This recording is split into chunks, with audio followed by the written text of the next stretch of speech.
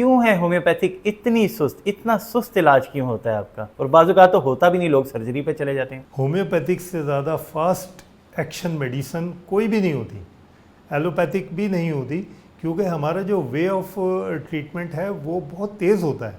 और कुछ बीमारियों में तो उसका रिज़ल्ट दवाओं का इतना जादू जैसा होता है कि मरीज़ with in few minutes relief महसूस करता है और ठीक हो जाता है, क्योंकि हमारे पास कोई एंटीबायोटिक नहीं होती, कोई पेन किलर नहीं होती। हम बीमारी को रूट कॉज ख़त्म करते हैं। जब रूट कॉज ख़त्म हो जाएगी तो ऑटोमेटिक पेशेंट ठीक हो जाएगा। मगर ऐसा होता है ना कि हमारे ही जानने वाले लोग हैं जो महीनों तक, आप बाज़ का तो सालों तक होम्योपैथिक से दवाई लेते रहे, उनका इलाज ठीक नहीं हुआ, उनका वो काज है, बीमारी है, वो ख़त्म नहीं हुई और आखिरकार उनको सर्जरी पे जाना पड़ा। ये डिपेंड करता है बिल्कुल डॉक्टर के ट्रीटमेंट के ऊपर कि वो किस डॉक्टर से किस तरह का ट्रीटमेंट ले रहे हैं। अगर किसी के किडनी में स्टोन है तो एलोपैथिक में सिंपली उसको, या गॉल ब्लैडर में यानी कि पित्ते में स्टोन है तो वो उसको सर्जरी सजेस्ट करते हैं कि जी आप सर्जरी करें, पित्ता रिमूव करा दें। पित्ता कोई गैर अहम चीज़ है आपके ख्याल में, या इतनी बेकार चीज़ है कि उसको रिमूव करा देना चाहिए? डॉक्टर्स का ये भी कहना होता है कि ये अब बाइल डक्ट की तरफ जाएगा और बाइल डक्ट कैंसर हो जाएगा, तो अब सर्जरी ही आखिरी इलाज है, अब होम्योपैथिक भी इसमें कुछ नहीं कर सकता। रूट कॉज लीवर फंक्शन का डिसऑर्डर है जिसकी वजह से आपके गोल ब्लैडर में स्टोन हुआ है। ठीक, मैं सबसे पहले तो आपके पेन को रिलीफ करूंगा, ऐसी मेडिसिन दूंगा जो आपकी जो पत्थरी है जिसको कहते हैं स्टोन्स हैं उनको वो सॉफ्ट करेगा, उनको माइल्ड करेगा।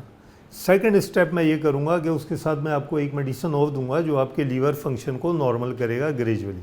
जब आपका लीवर फंक्शन ठीक हो जाएगा और उसका सिस्टम नॉर्मल हो जाएगा, वो ऑटोमेटिकली माइल्ड होके आपको क्लियर दे देगा। ये जो आपका तरीका इलाज है, होम्योपैथिक तरीका इलाज, शरई तौर पे अप्रूव्ड है?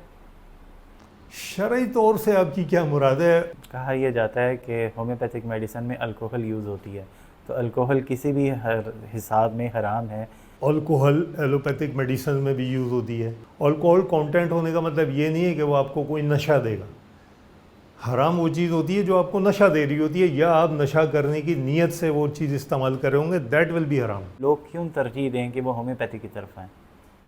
क्योंकि होम्योपैथिक मेडिसिन के कोई साइड इफ़ेक्ट नहीं होते, इतना क्विकली होम्योपैथिक मेडिसिन काम करती है। मैं नहीं समझता कोई एलोपैथिक मेडिसिन उसका मुकाबला नहीं कर सकती। मेरी अपनी प्रैक्टिस की बात है, मैं दावे से कहता हूँ जो पेशेंट मुझसे दवा लेकर गए हैं और जो मेरे पास मेरे पेशेंट रहे हैं, वो विद इन 2 और 3 डेज़ वो मुझे रिपोर्ट करते हैं कि जी मैं बहुत बेहतर हूँ, अल्हम्दुलिल्लाह 50% क्योर हो गया है, 70% क्योर हो गया है। सिर्फ 2 तरीक़े इलाज हैं, सिर्फ 2 वे हैं जिनसे सियाटिका ठीक हो सकता है।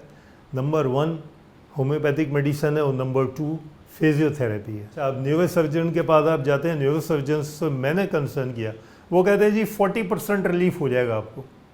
मतलब आप एक बंदे को काट रहे हैं, पीट रहे हैं, उसको पेन भी दे रहे हैं, फिर वो रेस्ट भी कर रहा है, उसके बावजूद भी अगर वो 40% रिलीफ में आता है तो क्या फ़ायदा है ऐसे काम का? एक तो बात है ना अवेयरनेस की, कि लोगों को पता ही नहीं है कि होम्योपैथिक तरीका इलाज है क्या। सबको पता है, मगर सबको ये पता है ये काम नहीं करता।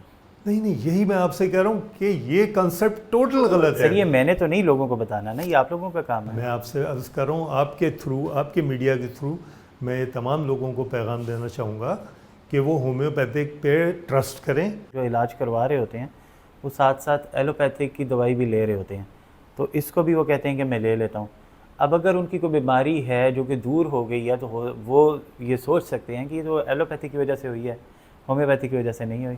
नहीं, ऐसा कभी भी नहीं करना चाहिए, क्योंकि एलोपैथिक मेडिसिन और होम्योपैथिक मेडिसिन 2 अलग अलग वे में काम कर रही होती है, तो वो दोनों जाकर अंदर क्लैश करके कुछ और प्रॉब्लम कर सकती है। किसी के पित्ते में पथरी है वो आपके पास आ जाए, किसी के गुर्दे में पथरी है वो आपके पास आ जाए, किसी के दांत में दर्द है वो आपके पास आ जाए, किसी की आँख में दर्द है वो आपके पास आ जाए, किसी को कैंसर है वो आपके पास आ जाए, किसी ने घुटने चेंज कराने है उसका मुतबादिल इलाज कराना है वो आपके पास आ जाए। अब एलोपैथिक में इन सब के लिए अलग-अलग डॉक्टर हैं, तो ये वो भी 4 साल पढ़ते हैं, आप भी 4 साल पढ़ते हैं, तो ऐसा क्या है कि एक बंदा सारी बीमारियों का इलाज कर रहा है और वहाँ पे सारी बीमारियों के लिए अलग-अलग डॉक्टर है, पूरी अलग से फील्ड है। हाँ, तो ये बात आप सोचें ना कि ऐसा क्यों है।